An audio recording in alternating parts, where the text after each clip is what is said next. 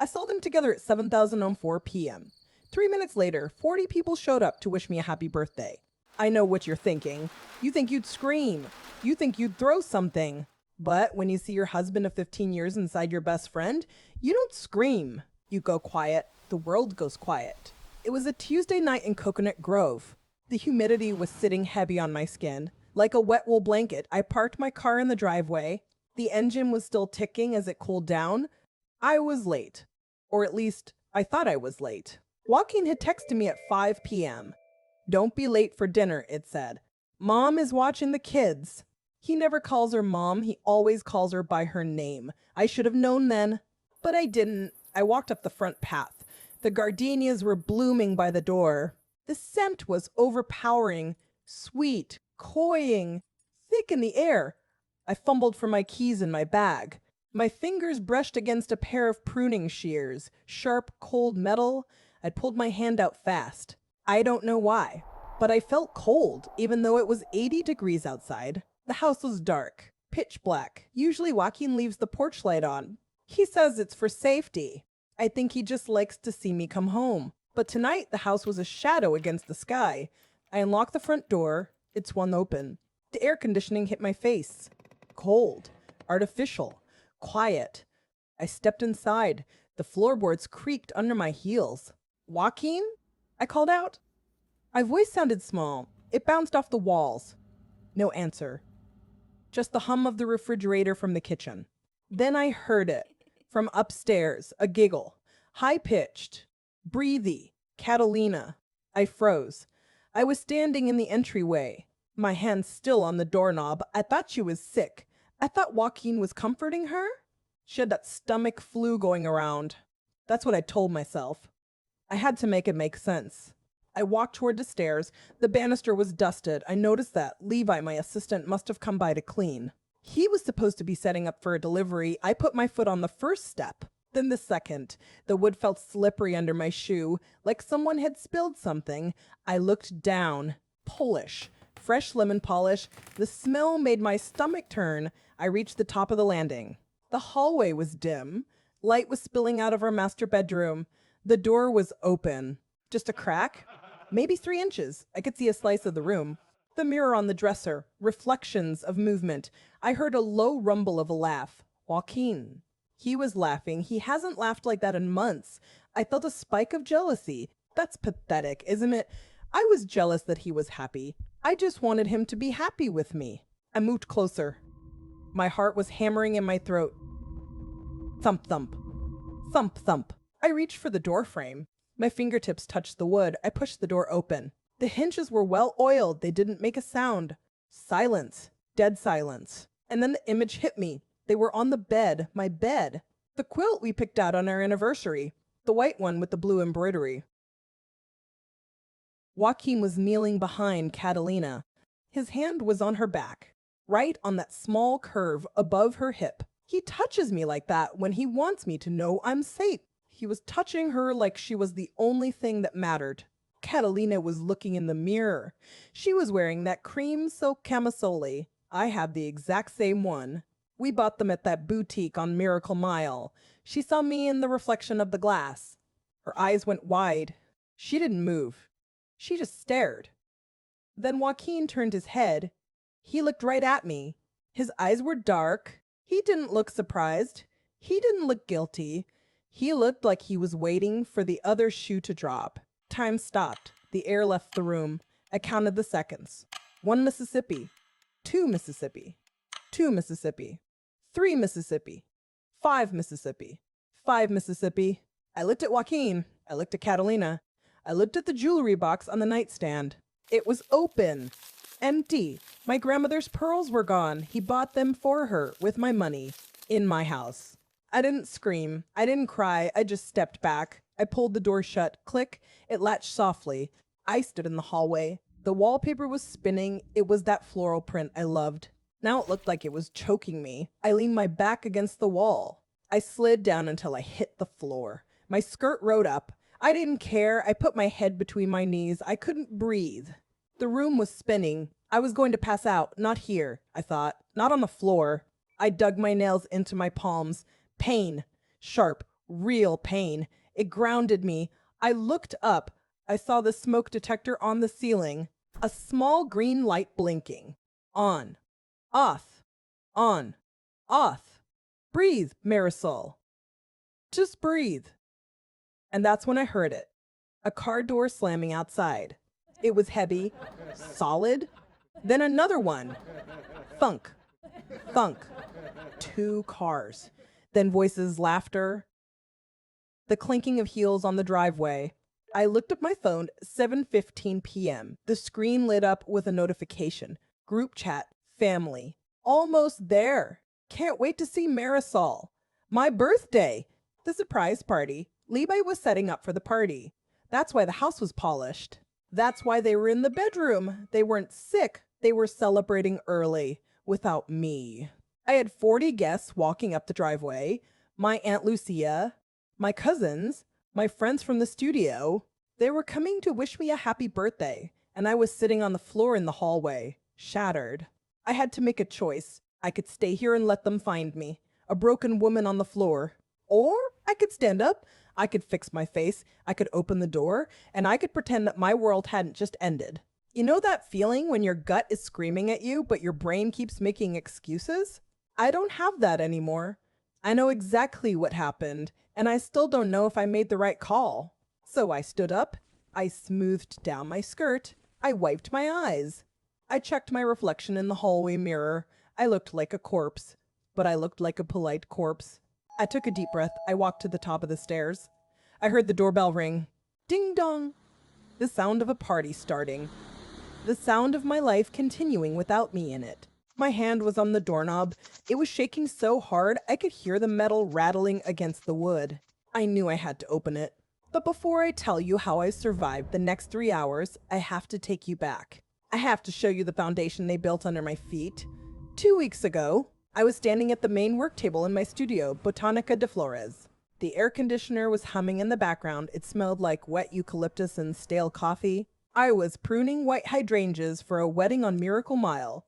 I was cutting the stems at an angle, just like my aunt taught me. If you have ever worked with flowers, you know that rhythm. Snip, place.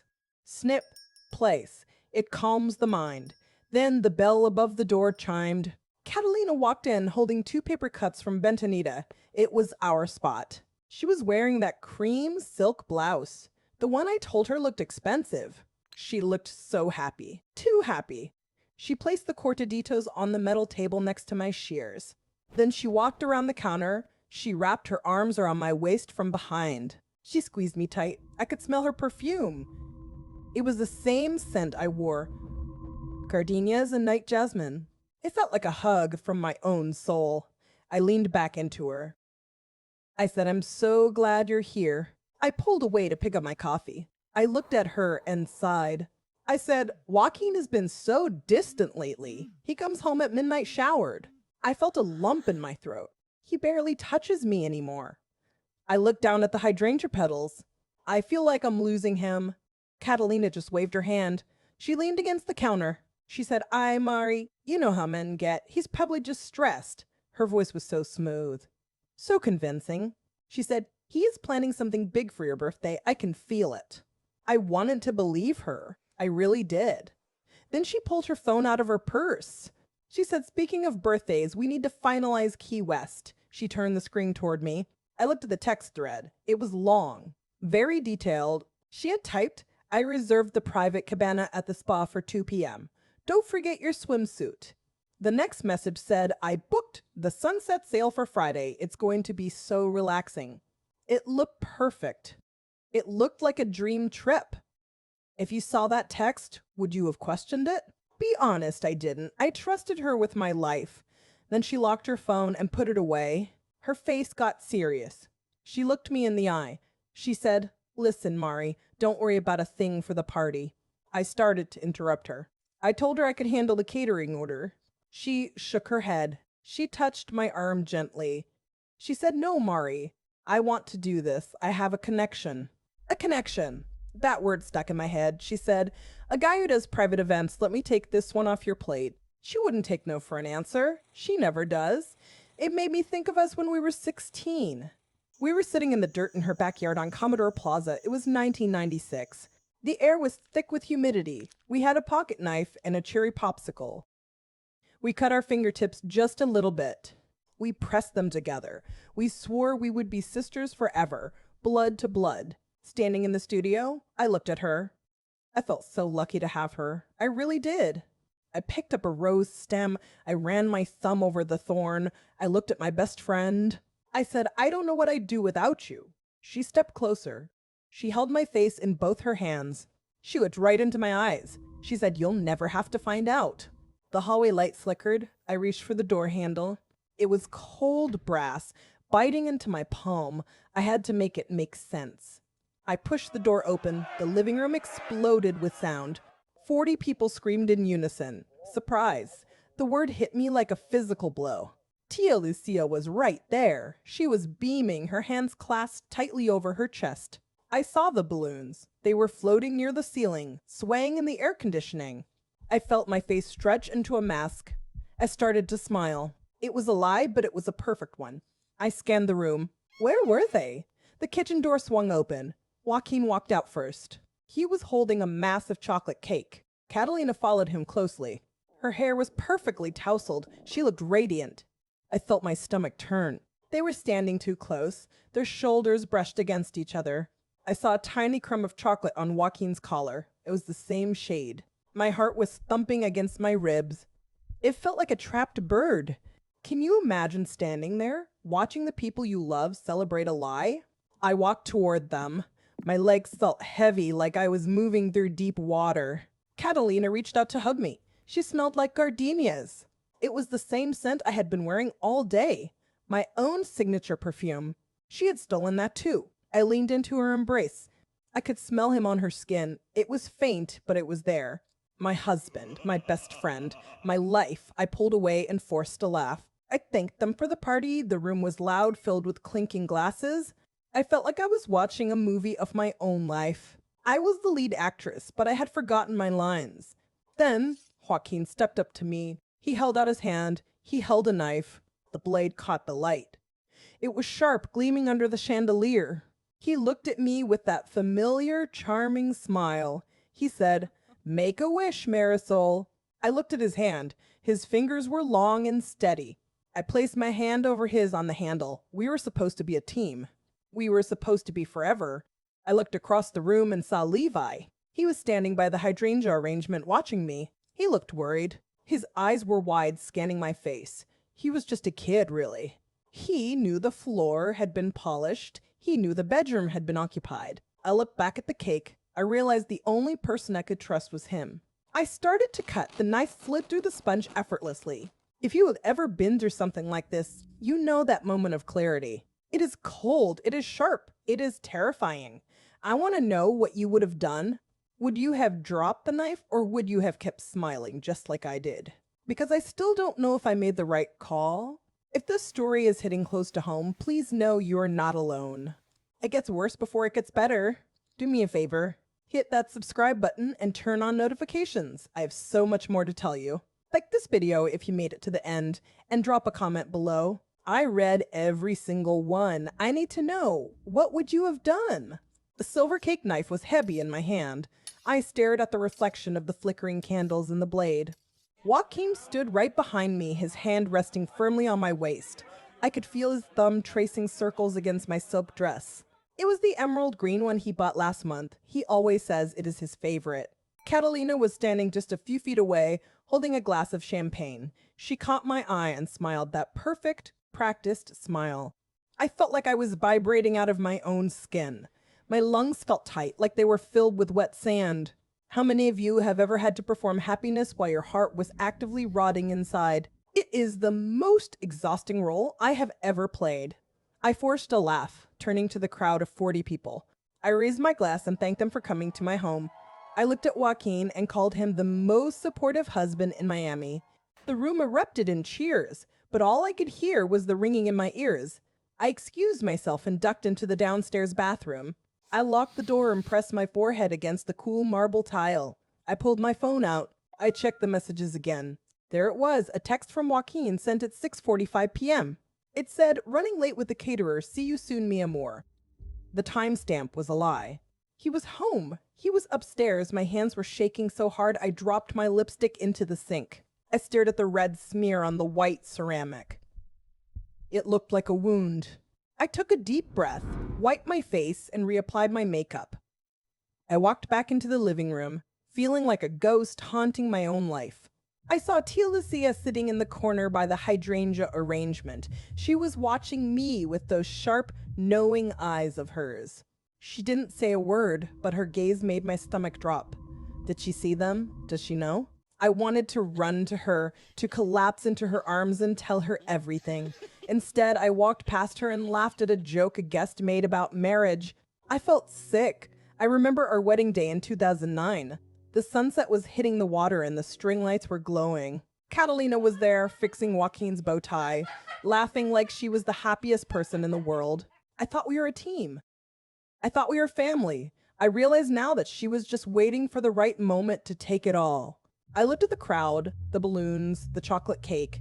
It was all a stage set for a tragedy. If you have ever been betrayed by the two people you trusted most, you know that quiet, suffocating pressure. I want to know what you would have done in that moment. Would you have stayed? Or would you have burned it all down right then? Tell me in my comments, because I still wonder if I chose the wrong path. I spent the next 2 hours moving through the party like a clockwork doll. I accepted gifts, I blew out candles, I kissed Joaquin on the cheek for the cameras. Every touch from him felt like a burn. Every glance from Catalina felt like a needle. I am not going to lie to you. I spent half the night hiding in the bathroom, just staring at the wall. My brain was doing that thing where it tries to rewrite history. I kept thinking, how long has this been happening? Did they do this in our bed while I was at the shop? Every time a guest laughed, I felt a fresh wave of rage. It was so loud, but I had to keep it buried. I had to be the perfect wife. I had to be the perfect friend. But the mask was slipping, and I knew it. By the time the last guest left, the house felt cold. The smell of gardenias and stale champagne hung in the air. I stood in the entryway watching the last car pull out of the driveway. My feet were throbbing, and my throat felt raw from the forced smiles. Joaquin walked up behind me.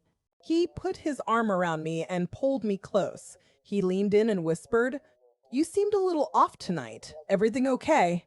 The sheer audacity of the question stole the breath from my lungs. I just stood there, frozen, staring at the front door. If this story is hitting close to home for you, please hit that subscribe button. I need you to hear the rest of this. Like this video if you made it to the end. Turn on your notifications so you don't miss the next chapter. And please, drop a comment. I read every single one. What would you have said to him? The sun hit the kitchen floor at 7 a.m., sharp and unforgiving. I was standing by the espresso machine watching him. Joaquin moved around the kitchen with that same rhythmic practice grace he's used for 15 years. He poured his coffee, then reached over and kissed my forehead. His lips felt like ice against my skin. I wanted to scrub my face with steel wool until the sensation faded. He grabbed his briefcase, kissed the air near my cheek, and said, "Have a good day, honey." You looked beautiful last night. I couldn't even look at him. I just stared at the granite countertop, tracing the vein in the stone with my thumb. When the front door clicked shut, I finally breathed. But then my phone buzzed on the counter. It was a message from Catalina. It read, "Hope you had the best birthday. You look stunning. Love you so much." I stared at the screen. The triple exclamation points felt like a slap in the face. I had to make it make sense. I turned the phone face down, but the phantom vibration stayed in my palm. My head was pounding, a rhythmic throb behind my eyes that felt like a migraine coming on. I called in sick to the shop, but my feet moved toward the car anyway. I needed the flowers. I needed the smell of damp earth and greenery to clear the rot. I drove to Botanica de Flores in Coconut Grove. The shop was quiet, cool, and smelled of eucalyptus. I sat on the floor behind the potting bench, surrounded by buckets of white hydrangeas. My hands were shaking so hard I dropped my pruning shears. I just sat there, knees pulled to my chest, and let the walls close in. I didn't cry. I was too hollow for that. Then the front door chime rang. It was Levi. He saw me on the floor, surrounded by the mess of my life. He didn't ask a single question. He just went to the back. A few minutes later, he returned with a steaming mug of jasmine tea. He set it on the workbench and sat on a stool nearby. He didn't hover. He didn't offer fake comfort, he just waited. It's funny, isn't it? How the people you trust the most can be the ones who destroy you, while a stranger just holds the space.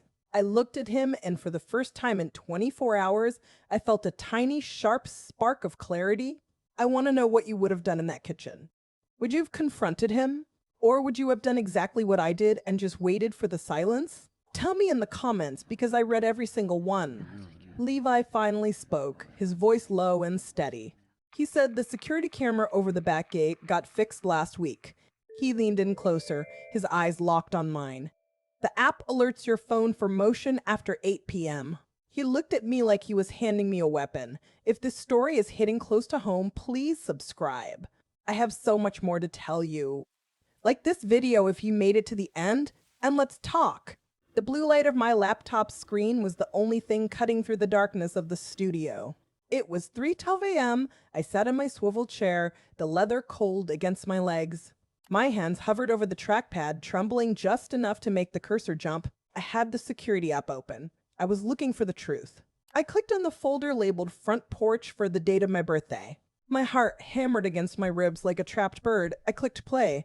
The video started at 6:15 p.m. There she was, Catalina. She walked up my front steps with a familiar, easy grace. She didn't knock. She didn't ring the bell. She reached into her purse, pulled out a key, and let herself inside. I watched her silhouette disappear into the shadows of my own home. I felt a wave of nausea roll over me. I had to know how long they were in there. I checked the timestamp. She arrived at 6:15. I didn't pull into the driveway until 7:32. That was 47 minutes. 47 minutes of them in my house, in my bed, while I was out buying flowers for a party they were effectively mocking. I gripped the edge of my desk until my knuckles turned white. It was clinical, mechanical, and devastating. I closed my eyes for a second, trying to steady my breathing. If you have ever felt like your entire history was being rewritten in real time, you know the feeling. It's like the floor is suddenly made of glass. I opened my eyes and clicked on the living room feed. This camera was supposed to be disabled for the party prep. I must have forgotten to toggle it off. The footage was grainy, but clear enough. Joaquin walked into the frame at 6:2000 to Mitty p.m. Catalina met him halfway down the hall. They didn't look like two people hiding a secret. They looked like a couple coming home from work. She reached up, her fingers lingering on his collar, adjusting it with a practiced, intimate gesture. I felt my skin crawl. It was the same way she used to touch me when she was fixing my hair before a date. I watched them embrace, a quick, casual kiss before they turned toward the stairs. My stomach turned. I felt like I was watching strangers, yet I knew every inch of that hallway. I know what you're thinking. Why didn't you stop looking?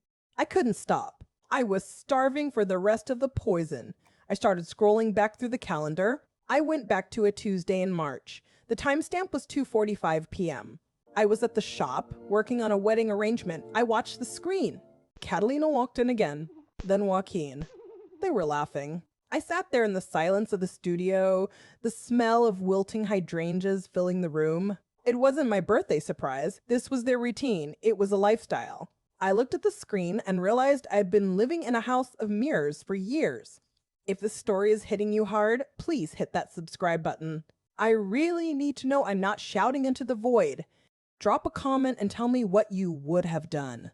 Like this video if you made it this far, and turn on notifications. I have so much more to tell you. I'm not done digging yet.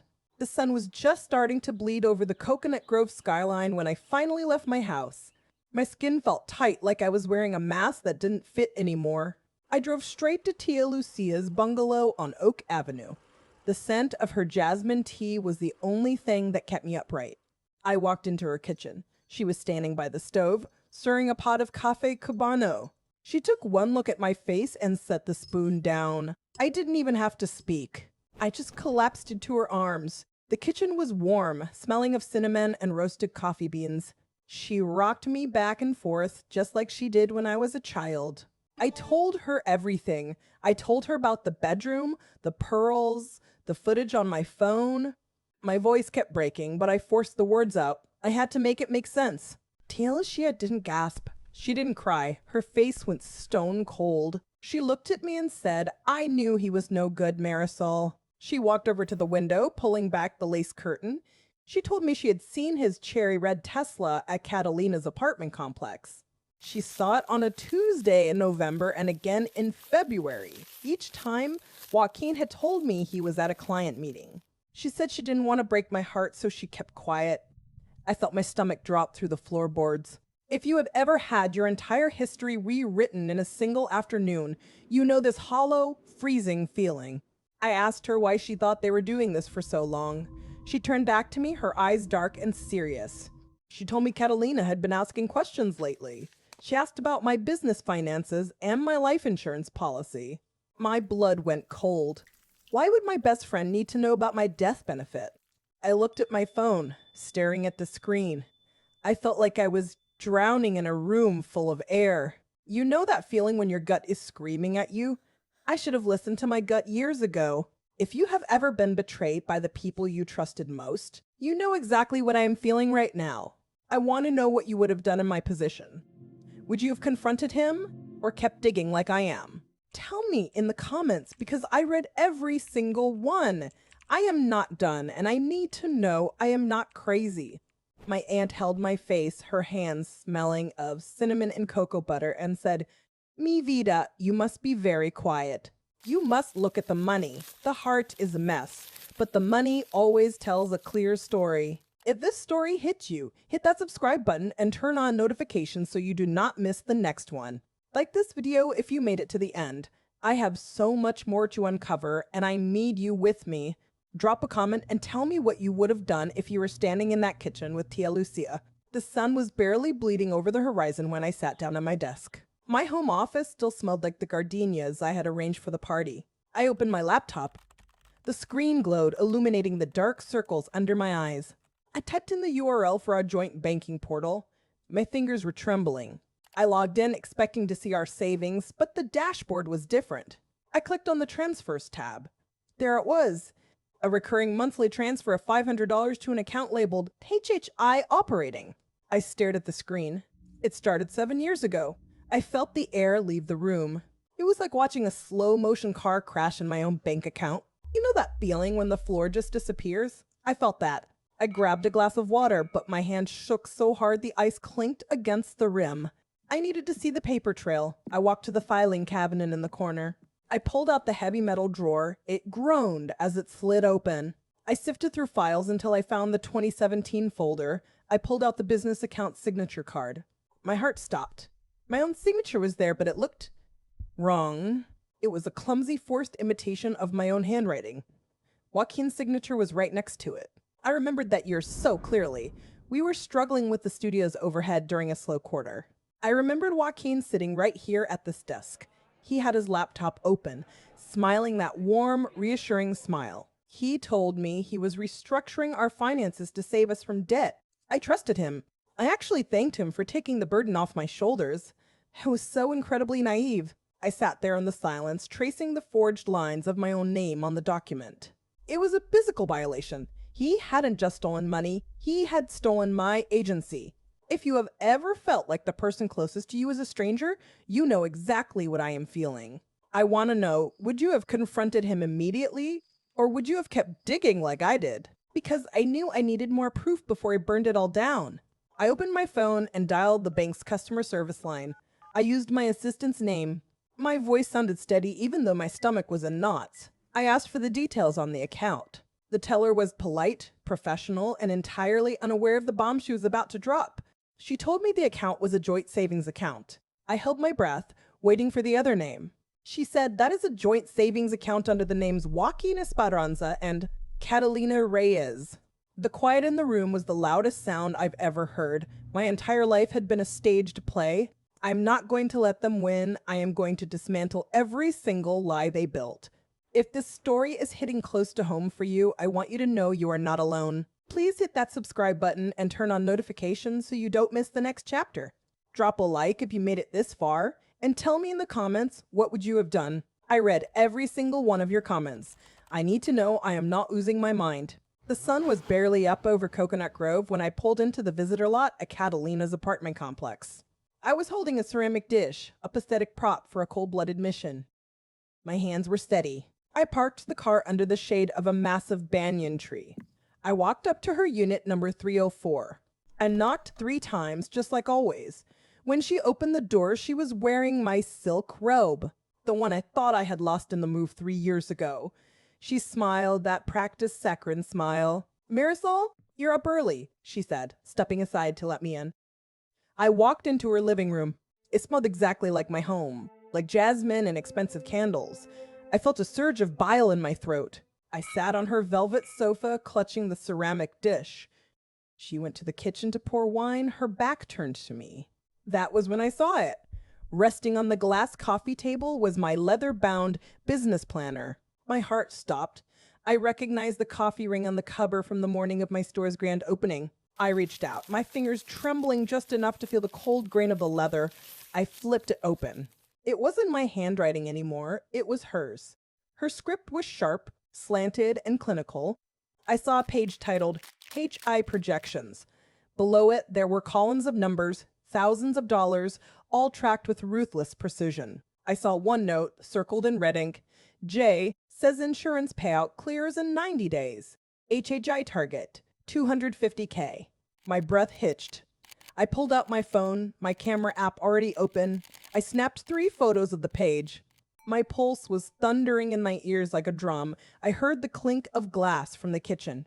She was coming back. I slammed the planner shut and slid it back to its original position. You know that feeling when the air in a room suddenly turns to lead? That was me. She walked back in with 2 glasses of cheap Chardonnay. She looked at me, her eyes searching my face for any sign of suspicion. I forced a smile. I took the glass, my fingers brushing hers, and I felt nothing but disgust. I drank the wine, the liquid tasting like ash. I told her I had to get to the shop early for a wedding delivery. She followed me to the door, her presence suffocating. As I left, Catalina hugged me tight and whispered, "You look tired, Hermana. Get some rest." And in that moment, I didn't hear concern. I heard a threat. I walked to my car, the morning humidity sticking to my skin. I sat in the driver's seat and stared at the photos on my screen. I realized then that HHI didn't stand for a business. It stood for his, hers, and internal. They were planning a life on the wreckage of mine. If this story is hitting close to home for you, I want you to know you aren't alone. It gets worse before it gets better. Do me a favor. Hit that subscribe button and turn on notifications so you don't miss the next move. Like this video if you made it to the end. And drop a comment below. Tell me what you would have done in that living room. I read every single one of them. The sun is finally hitting the blinds in my home office. It is 6:12 a.m. I haven't slept, but my mind is sharper than a razor. I opened the Florida Division of Corporations website. I needed to see the paperwork for myself. I typed in the name, Haven Home Investments LLC. It popped up instantly. The registered agent address was a P.O. box in downtown Miami. My fingers hovered over the screen. I saw their names, Joaquin Esperanza and Catalina Reyes. They filed it 5 years ago. That was when Joaquin told me he was traveling to Atlanta. He was never in Atlanta. He was sitting in a lawyer's office with her. I felt a cold wave wash over me. My hands were shaking, so I gripped the desk. Can you imagine the audacity? Building a foundation for a life using money from the business I built. I need to know, would you have kept digging or would you have walked away? I sat back in my leather chair. I felt like a commodity, a marked woman in my house. I searched for my own name next. I found a life insurance policy I never signed for. It was dated 2 years ago. The face value was $500,000. I stared at the digital document on my laptop screen. The signature was a perfect imitation. My heart hammered against my ribs like a trapped bird. I remembered being in Chicago. The dates on this policy matched those days perfectly. He had stolen my identity to profit. Seeing their 2 names listed together as beneficiaries was the final financial confirmation of their partnership. They weren't just cheating, they were waiting for me to be gone. I felt my skin crawl. I am sitting here in this quiet room staring at the screen. I can still smell the faint scent of jasmine. It's haunting. I have to secure this evidence before he wakes up. I saved the files to a drive. I hid it inside the hollow base of my grandmother's antique lamp. I walked to the kitchen. The coffee pot was cold. I needed to be sure. I picked up my phone. I dialed the number on the policy. My pulse was visible in my neck. I waded through the automated menu. I finally reached a human being. My voice was steady. I asked, has there been any recent activity on this policy? The agent paused, then said, yes, a request to expedite payout processing was submitted last week. The air left the room. They weren't just planning for the future, they were rushing it. If this story is hitting close to home for you, I want you to know you're not alone. Please hit that subscribe button. I have more to share and you need to see this. Drop a comment below. Tell me what you would have done. Stay tuned. The sun was starting to bleed through the blinds of my studio. I didn't go home. I couldn't. I drove straight to Botanica de Flores at 5 a.m. Levi was already there, sweeping the petals from the floor. I walked in, my hands trembling, and dropped the thumb drive onto his workbench. I looked him straight in the eye and said, Levi, I need you to see the truth. He paused, leaning on his broom. I opened my laptop. I pulled up the HAG files and the photos I took of the planner. The silence in the room was heavier than the scent of the lilies. I told him everything. I told him about the bank account, the forged signature, and the insurance policy. Levi didn't flinch. He sat down and started typing. He looked at me and said, we are going to get it all, every single piece. You know that feeling when you finally stop fighting the current and just let the water take you? That was me. I felt a cold, sharp sense of power. We spent the next 2 hours working. Levi is a genius with code. He pulled up the public records for the HAG operating account. He traced the business registration to a property deed. It was a condo in Tampa. I stared at the screen. It was just a generic beige apartment building. I felt a sudden, sharp grief for the life I thought we were building. I looked at the photo of that building and thought about all the nights I spent here. I felt my chest tighten. I wanted to scream, but I just took a sip of my cold coffee. Levi kept working, his fingers moving fast across the keyboard. He looked at me and said, Marisol, they've been planning this for years. I felt my jaw clench. I realized then that my life was just a line item on their spreadsheet. I want to know, if you were in my shoes, would you have burnt the whole thing down? Because that is exactly what I plan to do. I'm not just going to walk away. I'm going to make them pay for every single lie. Levi installed the hidden camera app on my phone. We hid a tiny lens inside the frame of my office portrait. We put a voice-activated recorder in the lining of my handbag. I felt like I was arming myself for war. I looked at Levi and asked, is it enough to put them away? He didn't answer right away. He just kept clicking, his face illuminated by the harsh blue light of the monitor. The air in the studio felt thin. My heart was pounding against my ribs like a trapped bird. I felt a strange sense of clarity. I wasn't the victim anymore. I was the architect of their downfall. If this story is hitting close to home for you, I want you to know you aren't alone. It does get better, but first, you have to be brave enough to look at the ugly truth. Hit that subscribe button and turn on notifications so you don't miss the next move. Like this video if you made it this far. Drop a comment and tell me, would you have confronted them or would you have stayed in the shadows like I am? I read every single one.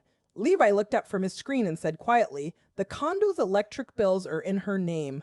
But the Wi-Fi network is called Jansi Yuski Future Nest. Catalina told me she had a special connection for the party alcohol. She insisted on handling the order herself. I believed her. I was such a fool. I stood in front of Alvaro's Fine Spirits at 9 a.m. The morning heat was already heavy. The smell of stale beer and old wood hit me the moment I pulled the door open. Mr. Alvaro was behind the counter, polishing a glass. He looked up and his smile froze. He knew my father. He knew me since I was a little girl in pigtails. I remember my father laughing with him right here in 2005. I can still see my father's hand on Mr. Alvaro's shoulder. It feels like a lifetime ago. I walked up to the counter and placed my hands on the worn mahogany. My palms were sweating. I asked him about the catering order for my birthday party. I asked him about Catalina Reyes. Mr. Alvaro's face fell. He looked down at the register. He started pulling out a thick stack of printed receipts. The paper was yellowed and fragile. He laid them out in front of me. I saw the business account number at the top of every single one. It was my studio's account. My heart hammered against my ribs. I felt like I couldn't breathe. For 7 years, Joaquin had been buying expensive bottles here. He always categorized them as client gifts. I looked at the totals. Over $18,000 in booze, $18,000 stolen from my floral business. My hands were shaking so hard the paper rattled. If you have ever felt the floor fall out from under you, you know exactly what I am feeling right now. I want to know what you would have done. Would you have screamed right there in the shop? I just stood there in silence. I felt a cold, sharp anger rising in my chest. It wasn't just the money, it was the audacity of using my own business to fund his secret life. I looked at Mr. Alvaro. His eyes were filled with such pity it made me want to shatter the glass display case. He didn't know. He thought he was just helping a husband treat his wife. He had no idea what that money was actually buying. He had no idea about the bedroom upstairs or the condo in Tampa. I felt a sudden burning need to see every single transaction. I needed to know exactly how deep this rot went. Mr. Alvaro put his hand over mine and said, "Your father was a good man. He would want me to give you this." And he slid a USB drive across the counter with all the transaction data. Going back to the beginning, I gripped that drive tight. It was a heavy, cold piece of metal. It felt like a weapon. My world is falling apart, but I am finally building my own fortress of truth. If the story is hitting close to home for you, I want you to know you are not alone. Please hit that subscribe button and turn on notifications. I have more of this story to tell. Like this video if you made it to the end, and drop a comment below. I read every single one. Tell me, would you have confronted him the moment you walked out of that store, or would you have played it smart like me? Because I promise you, the next move is going to change everything. The USB drive was burning a hole in my pocket as I walked into my home office. It was 9:15 a.m. The house was deathly silent, the air heavy with the smell of stale coffee and my own frantic heartbeat. I sat down at my desk. My hands were trembling, but I had to know what else was hidden in those files. I plugged the drive into my laptop. The screen flickered to life, revealing a folder labeled Medical Documentation. I clicked it expecting nothing. Instead, I found a confirmation receipt for a full physical examination. The date was October 12th. I was in Chicago for a trade show that entire week. My breath hitched in my throat. I grabbed my phone and dialed the clinic number listed on the document. The receptionist answered on the second ring. I pitched my voice low, pretending to be a confused assistant. I asked about the results for Marisol Esperanza. She said, "Oh yes, the exam was completed perfectly." Your husband was very concerned. He wanted all the details. My blood turned to ice. She continued, "Everything was sent to Mr. Esperanza, including the blood pressure analysis." I hung up. My phone felt like a heavy leaden stone in my palm. I stared at the screen, my vision blurring. I needed to see the actual report. I navigated to the hidden files and opened the PDF. It listed my height as 5'2". I am 5'8". The weight was off by 20 pounds. It wasn't me. Someone had stood in for me. I felt a wave of nausea wash over me. I stood up and paced the small office, my feet clicking against the hardwood floor. I needed fresh air, but I couldn't leave the house. Not yet. I sat back down and opened my email. I started digging through my spam folder, searching for anything related to health. There it was. An email from HHI Health Management. The subject line read, "Urgent, your heart health." I opened it. It was a fake medical warning sent to me a month before my birthday party. It warned me about stress-related heart risks. It suggested I avoid sudden shocks or intense physical excitement. I looked at the sender domain. It was registered to Haven Home Investments. They weren't just planning to kill me. They were building a narrative. They wanted a paper trail of my declining health to explain a sudden convenient death. You know that feeling when the floor seems to fall out from under you? I felt like I was floating. If you've ever had to look at evidence of your own erasure, you know exactly what I'm feeling. I want to know what you would have done in this seat. Would you have screamed? Would you have stayed quiet like me? I realized the party wasn't just a cover for a tryst. It was a stress test. If I could have a heart attack from the surprise, the policy would pay out. The pieces fit together like a jagged, deadly puzzle. I closed the laptop, the glow fading. I am not a victim anymore. I am a witness to my own murder attempt. If this story is hitting close to home for you, I want you to know you aren't alone. Hit that subscribe button and turn on notifications because I have so much more to show you. Drop a like if you made it this far, and please, leave a comment. Tell me what you would have done. I read every single one, and I need to know I'm not crazy. The air inside Botanica de Flores smelled like damp earth and rotting lilies. It was 8 p.m. on a Thursday. My studio was closed, but the lights were burning bright. I had set a single table in the center, 2 chairs for them, 1 for me. I stood behind the floral work table, watching the front door. My heart wasn't racing. It was cold, like a stone at the bottom of a well. I heard the chime of the door. Joaquin walked in first. Catalina followed, her heels clicking against the concrete. They looked nervous. Joaquin adjusted his tie, a nervous habit he used when he was lying. Catalina scanned the room, her eyes landing on the stack of files I had placed on the table. She looked at me and asked, "Marisol, what is this?" I didn't answer. I just gestured to the chairs. "Sit down, please." I walked over to the coffee station and poured 3 glasses of wine. My hands were perfectly steady. I set the glasses down and sat across from them. I pulled a photograph from the stack and placed it face up. It was the security still.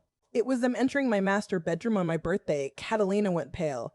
Joaquin looked like he had been punched in the gut. I leaned forward, my voice barely a whisper.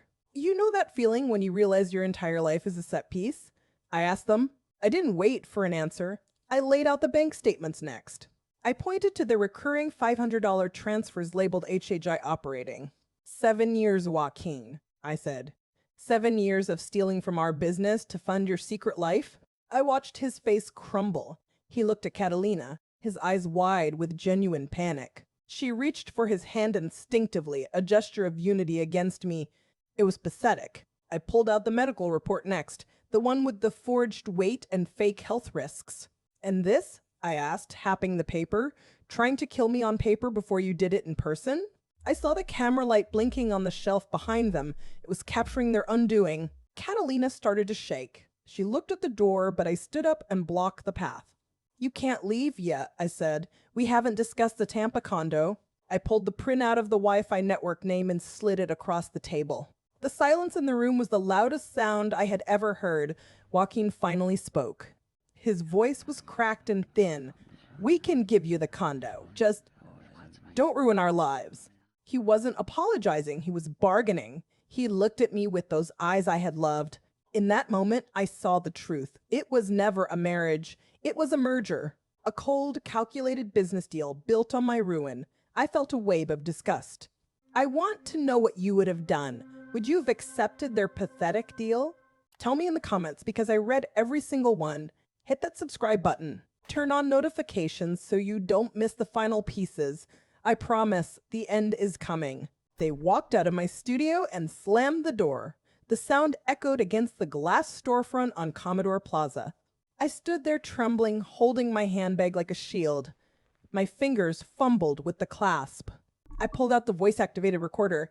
I shoved the tiny device into my laptop port. The screen flickered to life. I put on my headphones. The room was deathly quiet, save for the hum of the refrigerator. I pressed play. Their voices filled my ears, distorted by the wind outside. Joaquin sounded panicked, his voice thin and frantic. Catalina was screaming. She was blaming him for everything. She shouted, "I told you we should have just taken the money and left after her mother died." I froze. The air in the office turned cold. My mother died 5 years ago. I remember the funeral clearly. It was a humid, gray day in Miami. Catalina was right there, holding my hand.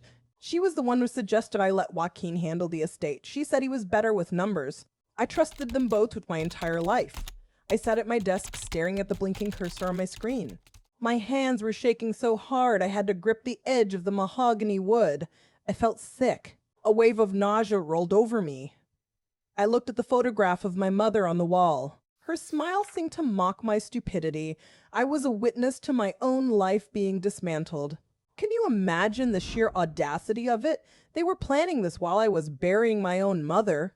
If you have ever felt that kind of betrayal, you know it feels like physical pain. It's a sharp, stabbing sensation in the chest. I need to know, would you have continued listening to the file?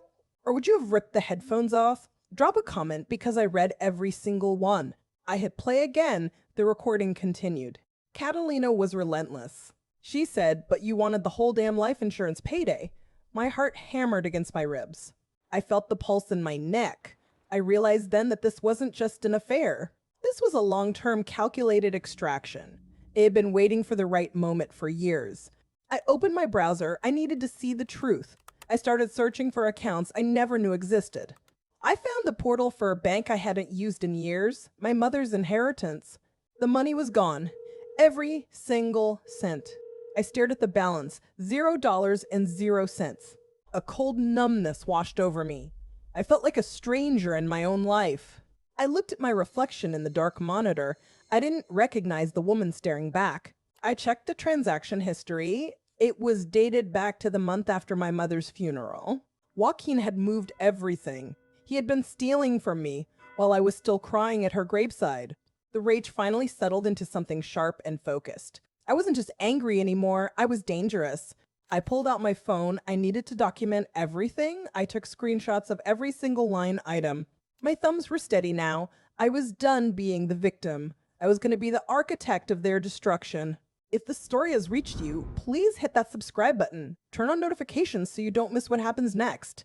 Like this video if you made it this far, because the end is going to be brutal. I have a lot more to say, and I am not holding back anymore. I played that one sentence over and over. After her mother died. My mother left me a small inheritance. I never touched it.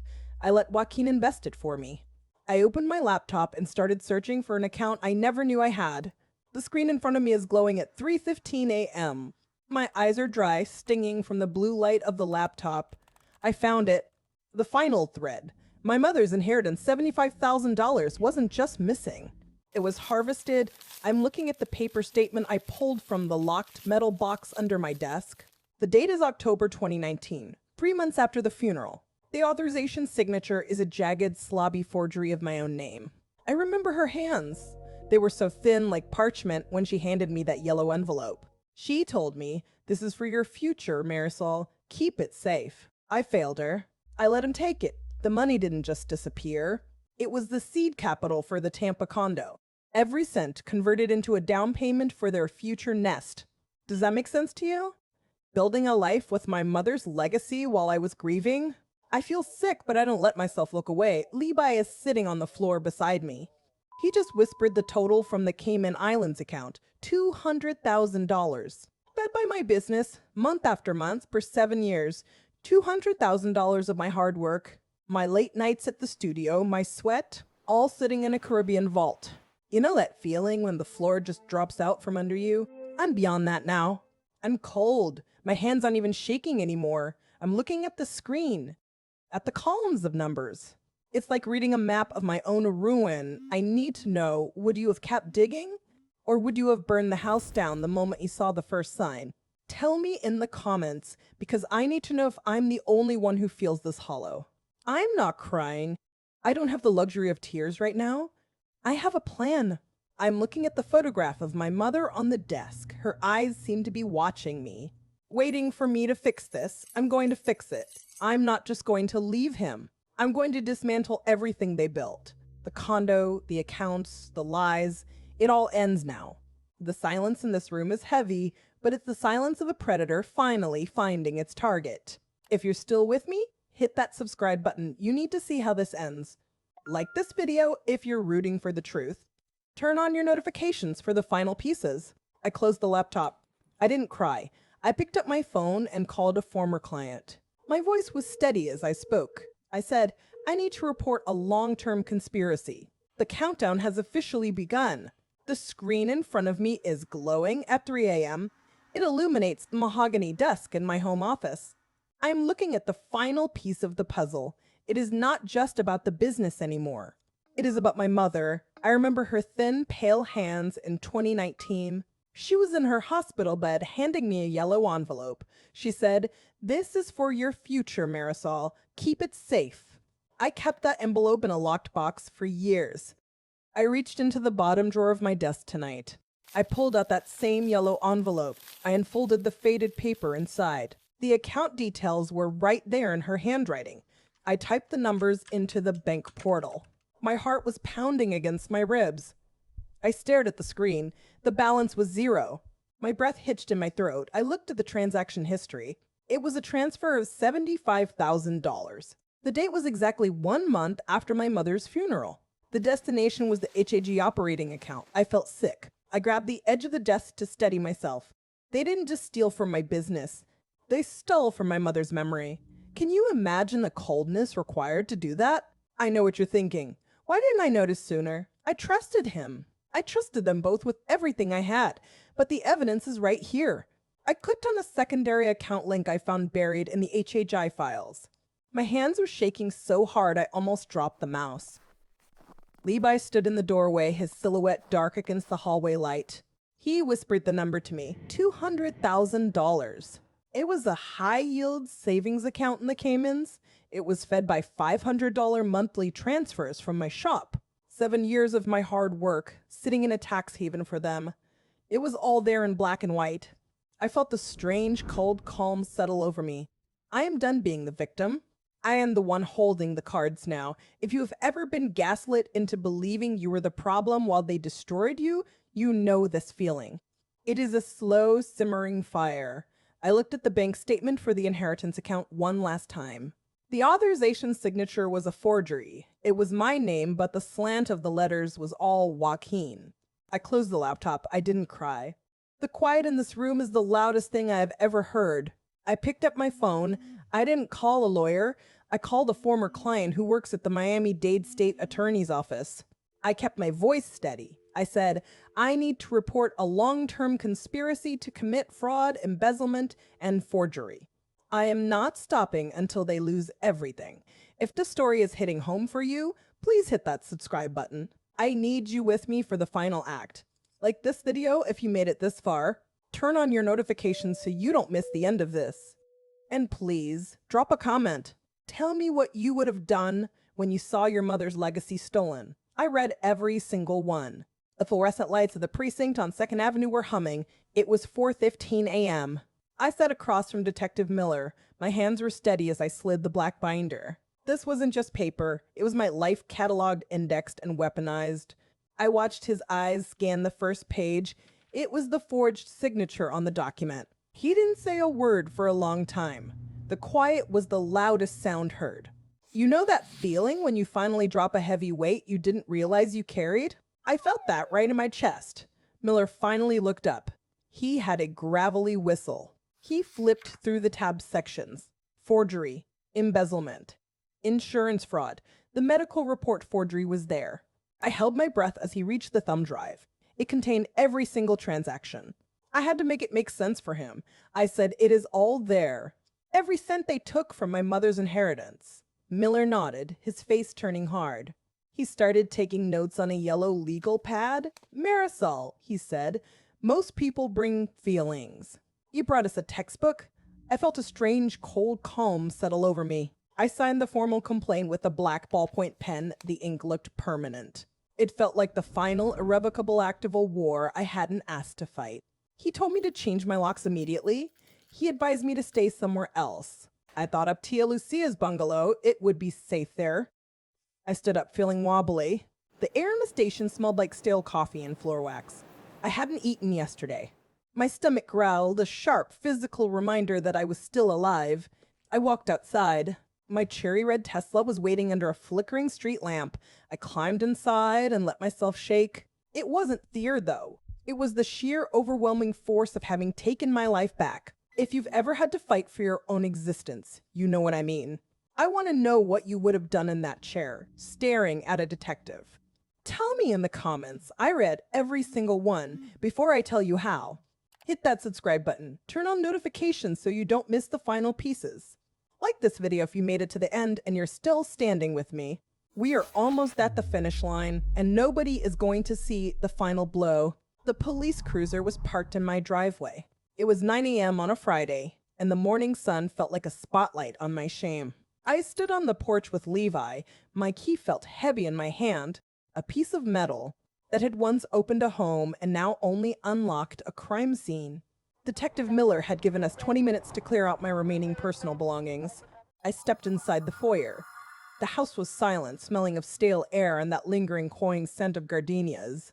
I walked to the kitchen and saw the cake knife still sitting on the counter. It looked like a relic from a different, naive life. I felt my pulse quicken, a dull thrumming in my ears. I knew every corner of this house, but today it felt like a labyrinth designed to trap me. I climbed the stairs, my boots heavy on the wooden steps. I had to get to the attic. Tia Lucia had told me to look, but she hadn't told me what I would find. I remember her voice at the kitchen table last night. She said, Marisol, I saw his car at her place so many times. I thought I was protecting you by staying quiet. The betrayal wasn't just them. It was the silence of everyone who knew. I reached the attic door and pulled the cord.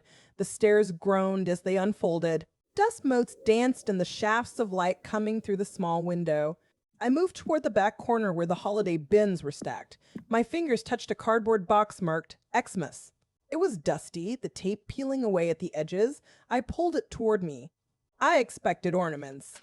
I expected lights. Instead, I found a stack of letters tied with a thin, fraying blue ribbon. I untied the knot and the paper felt brittle under my touch. It was Joaquin's handwriting. He wrote to Catalina, calling her his true north and describing me as a mere business arrangement. I felt my stomach turn. I kept thinking of the years I spent building our life, believing we were partners. I was just a placeholder in their script. I kept digging through the box and my hand brushed against a small plastic sleeve. Inside was a sonogram photo. I stared at the date. It was from 2016. I remember that year so clearly. I sat on the floor, the cold wood pressing into my knees. I remember holding Catalina in my arms after she told me she'd lost her baby. I stroked her hair for hours, whispering that it would be okay. I cried for her. I mourned with her. And all the while, she was holding the secret. This wasn't her miscarriage. It was their child. The betrayal went back a decade. I felt my breath hitch. I looked at the handwriting on the back of the photo. Oops, it said in her shaky, familiar scrawl. I felt a wave of nausea. I wasn't just a victim of a financial scheme. I was a prop in a long-running, cruel performance. I looked up and saw Levi standing at the top of the attic stairs. He didn't speak. He just looked at the box, then back at me. He reached out and silently took the heavy cardboard box. He didn't ask what was inside. He just walked toward the stairs. I put the sonogram photo back in the box. I didn't keep it as evidence. Some truths are just graves you walk away from. I stood up and brushed the dust from my jeans. My knees felt weak, but my heart was finally painfully clear. I am done being their victim. If you have ever been lied to by the people you trusted most, you know. That moment when the fog lifts, it hurts, but it is the only way to heal. I need to know what you think. Would you have kept the photo or would you have walked away? Drop a comment below. I read every single one. If this story has helped you see your own situation more clearly, please hit that subscribe button. Turn on notifications so you don't miss the final chapter. Like this video if you made it to the end. We are almost at the end of this, and I promise you, the truth is worth the pain. My phone buzzed on the coffee table. It was 2 a.m. The screen lit up with a notification from a year ago today. It was a memory from my cloud album. I stared at the thumbnail. It was a video from my birthday dinner last year. I hesitated. My hand hovered over the glass. I tapped the screen. The video started playing. There I was, sitting at the head of the table. I looked so happy. I looked so oblivious. Joaquin was sitting to my left. He was cutting a piece of steak for Catalina. He smiled at her. It was a tender, practiced gesture. I watched my past self laugh at a joke. I remember that night. I thought it was the start of my best year yet. I was so wrong. I watched the video again. I looked for the cracks. I saw them now. The way he didn't look at me when he spoke. The way Catalina touched his arm under the table. It was all there. I was a witness to my own humiliation. I felt a cold knot in my stomach. I looked around my new apartment. It is small, but it is mine. There are no ghosts here. No secret HHI accounts. No forged signatures. I looked back at the phone screen. The video finished. I pressed the edit button. I selected every single photo in the album labeled family. I felt a strange, quiet power in my fingertips. I tapped delete. Gone. Just like that. The screen went blank. I felt a weight lift from my chest. I know what you were thinking. Why did it take me so long to see it? I think we choose to see what we want to see. We build these beautiful, fragile lives and we live inside them. We are afraid that if we touch the walls, the whole house will collapse. And it did. My house collapsed. But I'm still standing. I want to know, have you ever had to delete a whole chapter of your life just to breathe again? Let me know in the comments. I read every single one. It is funny how the silence feels different now. It is not the heavy, suffocating silence of that house on Oak Avenue. It is just quiet. I picked up my mug of herbal tea. The ceramic was warm against my palms. I looked at the monstera plant sitting by the window. I bought it last week. It is thriving. I am learning to thrive in the light, not the shadows. If this story has reached you, if it has helped you see your own truth, please hit that subscribe button. Turn on notifications so you do not miss the final piece of this journey. Like this video if you made it to the end. It means more to me than you know. The legal case is moving forward slowly. The state attorney is digging through the HHI files. They are finding everything, every lie, every dollar, every betrayal. I am finally a spectator to their destruction. I took a deep breath. I walked to the kitchen. My doorbell rang. It was 2:15 a.m. I froze. My heart hammered against my ribs. I walked to the front door. I checked the peephole. It was Levi. He was holding 2 cups of coffee and a small ceramic pot. I opened the door. He's attired. He said, "New place needs a new plant." I looked down at the seedling in his hand. It was a small gardenia. For the first time since I walked up those stairs, I felt a surprise that didn't feel like a trap. Chapter 20. The sun is finally rising over Coconut Grove. I am sitting here in my studio, Botanica de Flores, surrounded by white gardenias. Their scent is heavy, almost intoxicating, but today it doesn't hurt. It just smells like clean air. I remember the night of my birthday. I remember standing at the top of the stairs, my hand gripping the cold wooden banister. I looked at my own reflection in the hallway mirror and chose to walk down instead of screaming. That was the moment my old life ended. Tia Lucia just walked in through the front door. She didn't say a word. She just placed her calloused hand over mine. We sat like that for a long time, watching the dust motes dance in the morning light. She asked me if I was okay. I told her the truth. I am not okay, but I will be. Those 40 guests at my party thought they were celebrating a birthday. They were actually watching the final act of a performance. They were watching a woman who didn't exist anymore. The real me was born in the quiet hours after they left, when I started the forensic dismantling of my own marriage. I had to make it make sense. I had to trace every lie back to its source. The police have the black binder now. They have the thumb drive with the HHI records. Joaquin and Catalina are facing the reality of what they built on top of my trust. I wonder if they ever realized that I was the one holding the match. If you have ever been through something like this, you know that the floor feels like it is constantly shifting. I want to know what you would have done. Would you have kept the secret, or would you have burned it all down? Tell me in the comments, because I read every single one. I know I made the right call. I had to save myself. This journey has been the hardest thing I have ever endured. But look at me now. I am here. I am breathing. I have my shop. I am finally the owner of my own story. If this story meant something to you, do me a favor. Hit that subscribe button and turn on notifications. I have so much more to share about rebuilding after the fire. Like this video if you made it to the end, and let's keep this conversation going. I learned that betrayal isn't a bomb, it's a gas leak. You don't hear it. You just get sleepy, and then one day, a spark lights the whole house on fire. My job now isn't to rebuild the house. It's to learn how to breathe the air again, knowing I'm the one who controls the flame.